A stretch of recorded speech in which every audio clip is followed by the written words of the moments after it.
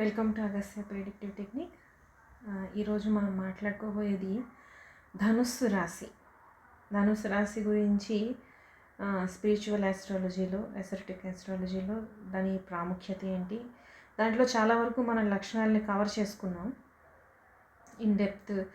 అంటే మన పురాణాల నుంచి వచ్చిన కథల నుంచి కొన్ని లక్షణాలని దాంట్లో మనం డిస్కస్ చేసుకున్నాం. సో నెక్స్ట్ మిగిలిన లక్షణాలు ఏమిటి అన్నది ఇక్కడ డిస్కస్ చేసుకుందాం. ధనుస్సు రాశిలో చంద్రుడు కానీ సూర్యుడు కానీ లగ్నం కానీ పడ్డప్పుడు వ్యక్తి ప్రదర్శించే క్వాలిటీస్ అన్నమాట. అలానే ముండెన్ ఆస్ట్రాలజీలో ధనుస్సు రాశి ఈ కంట్రీస్కి, ఈ సిటీస్కి లగ్నంగా వ్యవహరిస్తుంది. సో దీని నుంచి లగ్నం ఒకవేళ ఇప్పుడు స్పెయిన్ ఉంది, సింగపూర్ ఉంది, ఆస్ట్రేలియా, చెక్ రిపబ్లిక్, వీటి గురించి, వీటి భౌగోళిక పరిస్థితుల గురించి కానీ, రాజకీయ పరిస్థితుల గురించి కానీ మనం తెలుసుకోవాలి అనుకున్నప్పుడు ధనుస్సుని లగ్నంగా చేసుకొని ఆ ప్లానెటరీ పొజిషన్ని బట్టి, దానికన్నా ముందర అసలు ఈ కంట్రీస్ అనేవి ఎప్పుడు ఏర్పడ్డాయి, వాటికి ఫ్రీడమ్ ఎప్పుడు వచ్చింది, ఆ కంట్రీస్ అనేవి ఎప్పుడు ఏర్పడ్డాయో చూసుకొని దాన్ని మళ్ళీ ప్రస్తుతం జరుగుతున్న ఏ ఇయర్లో మనం ఈ రాజకీయ భౌగోళిక పరిస్థితులను చెక్ చేద్దాం అనుకుంటున్నామో దానికి ప్రోగ్రెసివ్ చార్ట్ వేసుకొని ఫస్ట్ వాటికి రిపబ్లిక్ కంట్రీగా ఎప్పుడైతే అది రికగ్నైజ్ అయిందో ఆ డేట్ని బర్త్ చార్ట్ కింద తీసుకొని ఇప్పుడు జరుగుతున్న వాటిని ప్రోగ్రెసివ్ చార్ట్ కింద తీసుకొని మనం ప్లానెట్స్కి ఇన్ బిట్వీన్ ద యాంగిల్స్ అనేవి చెక్ చేసుకొని మనం ప్రిడిక్ట్ చేయొచ్చు అనమాట. ఎలక్షన్స్ టైంలోని, లేదా ఏమైనా సునామీలు వచ్చినప్పుడు కానీ, ఇప్పుడు ఈ సంవత్సరం మనకి 2025లో అగ్ని ప్రమాదాలు అనేవి చాలా ఎక్కువగా జరుగుతున్నాయి. వాటి గురించి కానీ వీటన్నిటిని చెక్ చేయడానికి జనరల్గా శని, యురేనస్, మార్స్, కేతువు వీళ్ళు అగ్ని ప్రమాదానికి, సడన్ ప్రమాదాలకి, టెక్నికల్గా బరస్ట్ అయ్యే ప్రమాదాలకి యురేనస్, తర్వాత థండర్ స్టార్మ్స్, పిడుగులు పడటం, వీటన్నిటికీ యురేనస్ కరెక్ట్. మెకానికల్గా ఏవైనా ప్రాబ్లమ్స్ వస్తే దానికి మార్స్ కారకుడు. ఇలా అన్నమాట. సన్, సూర్యుడు కూడా ఇప్పుడు ఏమిటవి అడవులు కెనడాలో చూస్తాం, అమెరికాలో చూస్తాం మనం. అడవులు చాలా చాలా వేల ఎకరాల్లో ఉన్న పొలాలు దగ్ధమైపోతూ ఉంటాయి. వాటన్నిటికీ ఈ కారకత్వాలు, ఈ ప్లానెట్స్కి మధ్యలో నెగిటివ్ యాంగిల్స్, బ్యాడ్ యాంగిల్స్ పడ్డప్పుడు, స్క్వేర్స్, కంజంక్షన్స్ జరిగేటప్పుడు ఇలాంటి ప్రమాదాలు అనేవి జరుగుతూ ఉంటాయి. తొక్కిసలాట మార్స్ కారకుడు. సో ఇలా అన్నమాట. ముండెన్ ఆస్ట్రాలజీలో కూడా మనం బ్రహ్మాండంగా చార్ట్స్, ప్రిడిక్షన్స్ చేయొచ్చు. ఫర్దర్గా మనం ముందర చూద్దాం. అయితే పర్సనాలిటీ గురించి చూసేసరికి సాజిటేరియస్ అన్నవాళ్ళు విపరీతమైన ఆప్టిమిస్టిక్గా ఉంటారు. ఎందుకంటే ఇది మళ్ళీ థర్డ్ ఫైరీ సైన్. మనకి మేషం, సింహం, సాజిటేరియస్, ధనుస్సు, ఈ మూడు అగ్నితత్వ రాశులు. సో ఈ అగ్నితత్వ రాశులకి ఉన్న క్వాలిటీస్ ఏంటి? ఎనర్జెటిక్గా ఉంటారు, స్పీడ్, అడ్వెంచరస్గా ఉంటారు, మంచి లీడర్షిప్ క్వాలిటీస్ ఉంటాయి, ఈజీ గోయింగ్గా ఉంటారు. అన్లెస్ వాళ్ళని డిస్టర్బ్ చేయనంత వరకు చాలా ఈజీ గోయింగ్గానే ఉంటారు. వాళ్ళు ఎనర్జెటిక్గా ఉంటారు. వాళ్ళు పక్కన ఉన్న వాళ్ళని కూడా ప్రోత్సహిస్తూ ఉంటారు. మంచి తెలివితేటలు, knowledge, quick thinkers, quick learners, మంచి ఎంతూజియాజం. అలానే గ్రూప్ ఒకటి ఉంది అంటే ఆ గ్రూప్లో వాళ్ళే లీడర్ అన్నట్టు ఆటోమేటిక్గా వాళ్ళే లీడర్ అయిపోతారు. ఎవరు నువ్వు లీడర్వి, నువ్వు మేనేజ్ చెయ్యి అని చెప్పక్కర్లేదు, వాళ్ళంతటా వాళ్ళే రెడీ అయిపోతారు. ఈ లీడర్షిప్ క్వాలిటీస్, ఎంతూజియాజము, ఇవన్నీ అగ్నితత్వ రాశులకు ఉండే సహజ లక్షణాలు. ఈ లక్షణాలనే మనం అటు మార్స్లోని, ఇటు సూర్యుడిలోని, జూపిటర్లోని కూడా చూస్తూ ఉంటాం. వాటితో పాటు జూపిటర్ ఏంటంటే విపరీతమైన ఆప్టిమిస్టిక్ ప్లానెట్. ఎప్పుడు ఏ సిచ్యువేషన్లో అయినా పాజిటివిటీని చూడడానికి, positive angle of the situation, positive angle of the పర్సన్ని చూడడానికే ఇష్టపడతాడు. సో ఇది వెరీ హై ఎనర్జీ ఉంటుంది, వెరీ నాలెడ్జబుల్ పర్సన్. అలాగే ఒక సబ్జెక్ట్లో కాదు, రకరకాల సబ్జెక్ట్స్లో నాలెడ్జ్ని, ఇన్డెప్త్ నాలెడ్జ్ని, వాటిని రీసెర్చ్ చేయడం చాలా ఎంతూజియాజం ఉంటుంది, చాలా ఎనర్జెటిక్గా ఉంటారు. వీళ్ళకి రీసెర్చ్ అంటే పిచ్చి. ఏదైనా దేని గురించి దేశానికి గురించి దేశం అవనివ్వండి, ఆర్ట్ అవనివ్వండి, కల్చర్ అవనివ్వండి, విజ్డమ్ అవనివ్వండి, ఫిలాసఫీ అవనివ్వండి, ఎనీథింగ్, బుక్స్ కానీ they want to explore, they want to learn more, they want to understand the world more. వాళ్ళదంతా హై ఆస్పెక్ట్ ఉంటుందన్నమాట వాళ్ళది. చిన్న చిన్న వస్తువులతోటి వాళ్ళకి సాటిస్ఫాక్షన్ దొరకదు. రీసెర్చ్, ఏదైనా రీసెర్చ్ చేస్తేనే వాళ్ళకి సాటిస్ఫాక్షన్ దొరుకుతుంది. చాలా ఎనర్జెటిక్గా ఉంటారు, చాలా చీర్ఫుల్గా ఉంటారు, ఒక పాజిటివ్ యాటిట్యూడ్ తోటి వాళ్ళని వాళ్ళు క్యారీ చేస్తూ ఉంటారు. They carry themselves with a positive attitude. Positive outcome రావాలనే వాళ్ళు ఎక్స్పెక్ట్ చేస్తూ ఉంటారు. అవతల వ్యక్తిలో కూడా ఆ పాజిటివిటీని నింపడానికి, నీలో ఈ పాజిటివ్ క్వాలిటీస్ ఉన్నాయి, so you can do it అని ఎంకరేజ్ చేయడానికి ట్రై చేస్తూ ఉంటారు. ఇది జూపిటర్ ఈ సాజిటేరియస్లో ఉన్న వాళ్ళ తాలూకా ప్రత్యేక లక్షణం. వాళ్ళతో ఉన్నవాళ్ళని, అది ఫ్యామిలీ మెంబర్స్ అవ్వచ్చు, పేరెంట్స్ అవ్వచ్చు, సిబ్లింగ్స్ అవ్వచ్చు, కజిన్స్ అవ్వచ్చు, ఫ్రెండ్స్ అవ్వచ్చు, స్పౌస్ అవ్వచ్చు, లేకపోతే ఆఫీస్లో పనిచేసే వాళ్ళు, ఎవరైనా సరే వాళ్ళకి ఏంటంటే వాళ్ళ పాజిటివ్, అవతల వ్యక్తిలో ఉన్న పాజిటివ్ ఆస్పెక్ట్ని బయటికి తీసుకొచ్చి, ఇది నీ స్ట్రెంగ్త్, నువ్వు దీని మీద వర్క్ చేయి అని ఎంకరేజ్ చేస్తూ ఉంటారు. ఎప్పుడు వాళ్ళు ముందరికి వెళ్తూ ఉంటారు, అలాగే తన తోటి వాళ్ళని కూడా ముందరికి తీసుకెళ్ళడానికి ట్రై చేస్తూ ఉంటారు. కాకపోతే కొన్నిసార్లు అందరూ అలా ఉండరు కదా, ఫ్యామిలీ మెంబర్స్ కానీ ఫ్రెండ్స్ కానీ. అన్ఫార్చునేట్లీ వాళ్ళకి అంత ఇంట్రెస్ట్ లేకపోవచ్చు, వాళ్ళకి వేరే విషయాల్లో వాళ్ళకి ఇంట్రెస్ట్ ఉండొచ్చు. ఈ పుస్తకాలు చదవడం, ఈ ఫిలాసఫీ, ఈ ట్రావెలింగ్, ఇవన్నీ కాకుండా వాళ్ళకి ఎంజాయ్మెంట్, మూవీస్, లేకపోతే ఫిజికల్ ఎక్సర్సైజ్, ఫిజికల్ గేమ్స్, వీటి మీద వాళ్ళకి ఇంట్రెస్ట్ ఉండొచ్చు. సో అలా ఇంట్రెస్ట్ లేదురా బాబు అని చెప్పినా కూడా వీళ్ళు వదలరు అనమాట. నువ్వు చేయాల్సిందే, నువ్వు చేయకపోతే నీ జీవితం వేస్ట్, ఏం చేస్తావు వీటన్నిటితోటి, 4 గంటలు గేమ్ ఆడుకోవడం కన్నా 4 గంటలు 40 నిమిషాలు కూర్చొని పుస్తకం చదువు, నీకు బోల్డ్ అంత జ్ఞానం వస్తుంది. దే విల్ బికమ్ ప్రీచర్స్, ఇంకా ప్రవచనాలు ఇస్తూ ఉంటారు.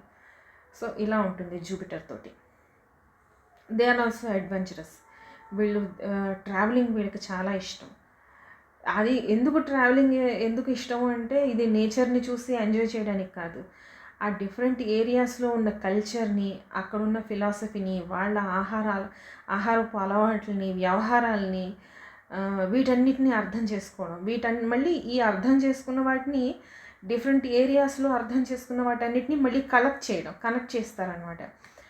కనెక్ట్ చేసి ఓకే ఇది ఇక్కడ ఎలా జరుగుతుంది, ఇది చాలా ఓపెన్ మైండెడ్గా ఉంటే కానీ ఇలాంటి ఒక క్యారెక్టర్ అన్నది, అంటే అన్ని రకాల కల్చర్స్ని అర్థం చేసుకోవడం, వాటిని యాక్సెప్ట్ చేయడం, వాటిని మళ్ళీ కనెక్ట్ చేయడం, ఒక కల్చర్ని ఇంకో కల్చర్ తోటి కనెక్ట్ చేయడం, ఇదంతా ఒక రకమైన beautiful state of mind.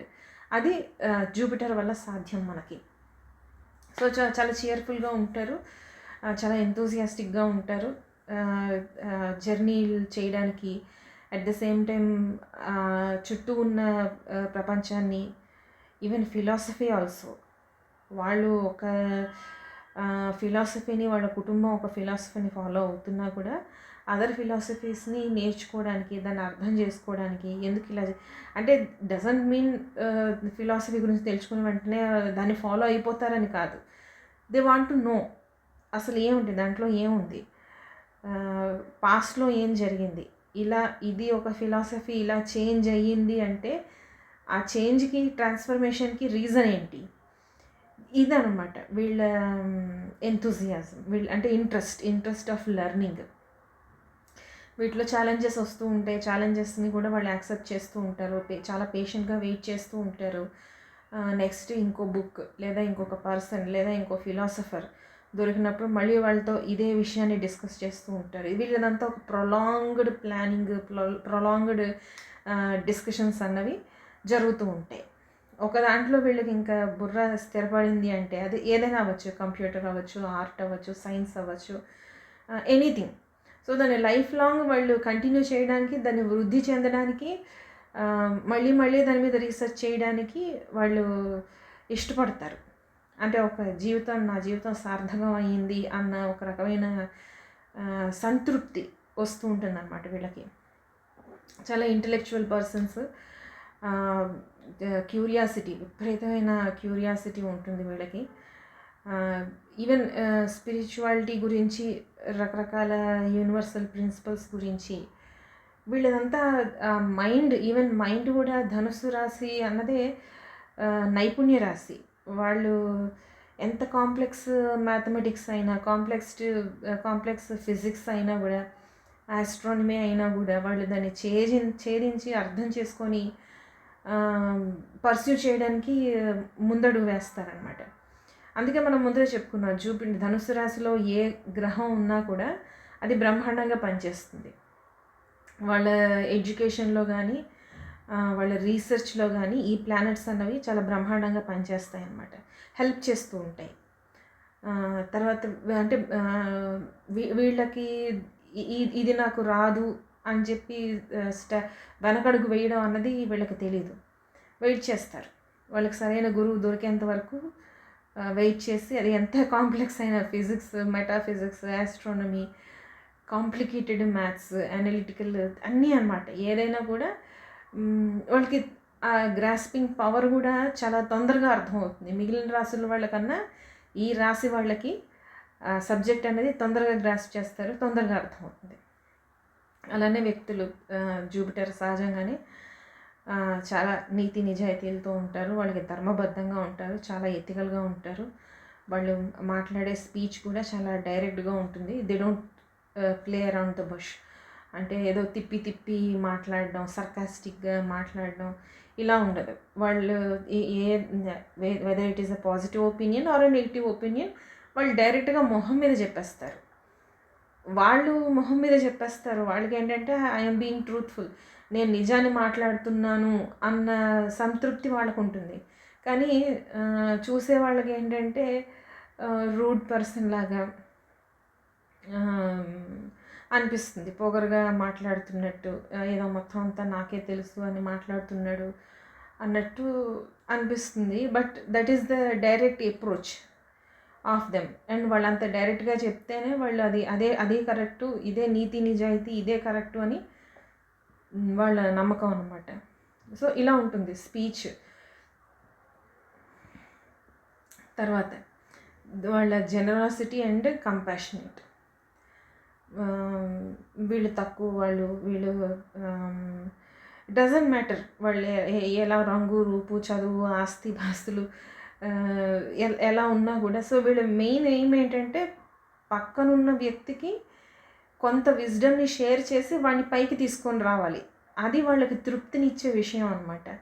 So దానికోసం వాళ్ళు ప్రయత్నిస్తూ ఉంటారు. సో ఆబ్వియస్లీ వాళ్ళకి ఆ జనరాసిటీ ఉంటుంది, వాళ్ళ దగ్గర ఉన్న బుక్స్ షేర్ చేసుకుంటూ ఉంటారు, ఇష్టం వచ్చినట్టు బుక్స్ ఇచ్చేస్తూ అవతల వాడు చదువుతాడా, వాడికి అసలు ఇంట్రెస్ట్ ఉందా లేదా అన్నది కూడా వీళ్ళు పట్టించుకోరు, ఇచ్చేస్తూ ఉంటారు. చదివేవా లేదా, ఇగో ఇది ఇక్కడ ఉంది, ఇది ఇన్ కేసు వాళ్ళు ఫోన్ చేసి నాకు అంత పెద్ద ఇంట్రెస్టింగ్గా అనిపించలేదు అంటే, లేదు ఈ పేజ్లో ఈ సబ్జెక్ట్ ఉంది, ఒకసారి చదువు, అది ఇంట్రెస్టింగ్గా ఉంటుందని మరీ చెప్తూ ఉంటారు. సో ఇదొకటి అనమాట. కంపాషనేట్ వాళ్ళు కూడా చాలా అంటే స్వార్థపూరితంగా కాకుండా నాతో పాటు ఇంకో 10 మంది కూడా ఎదగాలి అనే ఒక రకమైన విశాలమైన హృదయం అన్నది వాళ్ళకు ఉంటుంది. వాళ్ళు అంబిషియస్గా, ఇండివిజువల్గా వాళ్ళు అంబిషియస్గానే ఉంటారు. They are very dreamers. వాళ్ళు అంటే it's not a negative dreamers, it's a positive. వాళ్ళకి ఒకటి అచీవ్ చేయాలి అన్న ఆశ ఉంటుంది. సో వాళ్ళు చేస్తారు కూడా. నెక్స్ట్ ఇది ద్విస్వభావ రాశి అవడం వల్ల నెక్స్ట్ ఆపోజిట్లో మనకి ధనుస్సు రాశికి ఆపోజిట్లో ఉండేది మిథున్ రాశి, జెమిని. సో ఆ ఆస్పెక్ట్ వల్ల కూడా వీళ్ళకి కొంత చాకచక్యంగా మాట్లాడడం, సరదాగా మాట్లాడడం, జాయ్ఫుల్గా ఉండడం, సొసైటీలో వాళ్ళ ప్రెజెన్స్ అన్నది చాలా లైట్గా, చాలా హ్యాపీగా, విట్టీగా, అంటే నాట్ సూపర్ విట్టీ బట్ బాగుంటుంది, ఎంజాయ్ చేయొచ్చు, వాళ్ళ కంపెనీ అన్నది ఎంజాయ్ చేయొచ్చు. అలానే అడాప్టబిలిటీ, ఆఫ్కోర్స్ ఈ కొత్త వాటన్నిటిని అడాప్ట్ చేసుకోవాలి అంటే ఆఫ్కోర్స్ ఆ ఫ్లెక్సిబిలిటీ ఆఫ్ మైండ్, అండర్స్టాండింగ్, ప్రతి చిన్న విషయాన్ని ఊరికనే వెంటనే తోసిపుచ్చేయకుండా, సమ్ రీజన్ ఈజ్ దేర్, ఇది ఇలా చెప్పబడింది అంటే ఏదో రీజన్, అది పాజిటివ్ అవ్వచ్చు, నెగిటివ్ అవ్వచ్చు, ఏదైనా అవ్వచ్చు, దీని వెనక బ్యాక్గ్రౌండ్ స్టోరీ ఏదో ఒకటి ఉంటుంది, ఆ బ్యాక్గ్రౌండ్ స్టోరీని నేను తెలుసుకోవాలి, అది వాళ్ళ డీప్ రీసెర్చ్ ఉంటుందన్నమాట. సో లిమిటేషన్స్ని దాటి మరీ ఈ రాసి వాళ్ళు లిమిటేషన్స్ని దాటి మరీ వెళ్ళి ఎందుకంటే జూపిటర్ ఈజ్ ఎక్స్పాండ్, తెలుసుకోవడానికి ట్రై చేస్తూ ఉంటారు. ఇవే జూపిటర్ లక్షణాలు ఇన్ కేస్ నెగిటివ్గా కూడా పనిచేస్తాయి. అక్కడున్న కాంబినేషన్స్, ఏ కాంబినేషన్స్ ఎలా ఉన్నాయో చూసుకొని ఆ రాశిలో ఉన్న ప్లానెట్స్ ఏంటి, అక్కడ ఆ ప్లానెట్స్కి ఏంటేంటి నెగిటివ్ పంపిస్తున్నాయి అన్నది చూసుకొని అవి కూడా మనం చూసుకోవాలన్నమాట.